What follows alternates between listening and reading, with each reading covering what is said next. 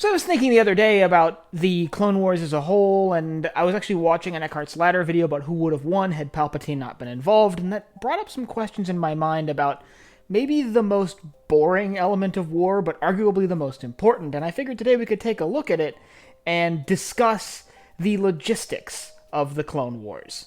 I'm Colin, and this is Sci-Fi Deep Dive.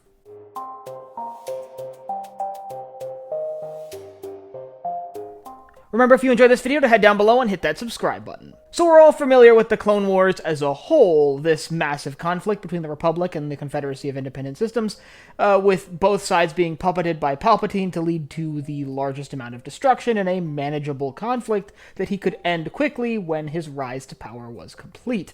But that war is actually very interesting because the two factions are so vastly different. Now, we've talked about their political differences and a little bit about their military differences, but let's talk about what, the differences were behind the scenes. So, the Republic fielded a massive army of biological clones, more or less people with an accelerated growth rate that required all the base necessities of people. Meanwhile, the Separatists fielded a massive army of battle droids, which had their own requirements that were perhaps less intense. So let's discuss this and why in a, unrestricted conflict, the Republic definitely would have lost. So let's just start with the elephant in the room. The clone troopers have biological needs. They need food, they need water, they need sleep, they need a breathable atmosphere, which I'm assuming is much like the atmosphere we have here on Earth, and all of that needs to be maintained across a galactic military that spans the entire galaxy. These are things that the battle droids of the Confederacy of Independent Systems simply don't need.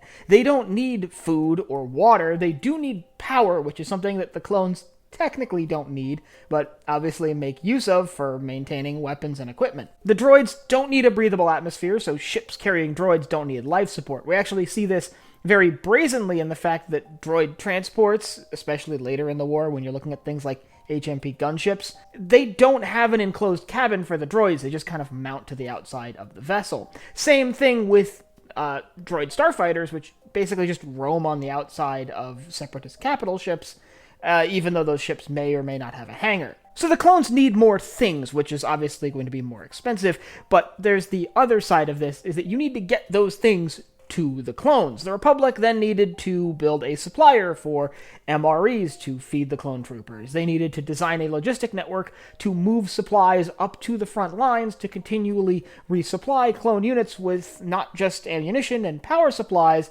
but food and water. They had to make sure that their clones had time to rest in between engagements where battle droids could more or less be allowed to keep fighting. Now, I know they would eventually run out of power, but I'm working on the assumption that it's a lot easier to recharge a battle droid than to let a clone sleep. Now, one other thing that a lot of people seem to point out when you're looking at the differences in between the two armies is that clones would have been vulnerable to biological attacks, which the droids would have been immune to. But the same kind of works in reverse, where the droids would have been vulnerable to cyber attacks, where the clones would have been able to keep fighting even in the event of a massive Separatist cyber attack. But there's a saying that strategies win battles while logistics win wars, and that is true here. The logistical challenges facing the Republic would simply be vast compared to those facing the Confederacy of Independent Systems, which is one of the reasons why I do agree with the sort of conclusion that the Separatists would have won the war had Palpatine not been holding them back. And it's not even to mention the fact that battle droids are quicker and cheaper to produce than an army of biological clones that need 10 years of training and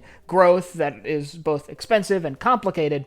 But beyond that, the very aspects of fighting a war in between biological beings and machines just favors the machines in nearly every way, which raises a couple questions. Let's tie this back into where we are in the timeline shortly following the end of the Clone Wars, when the decision has been made to replace the Grand Army of the Republic, the Clone Army, with a recruited force made up of citizens from across the galaxy.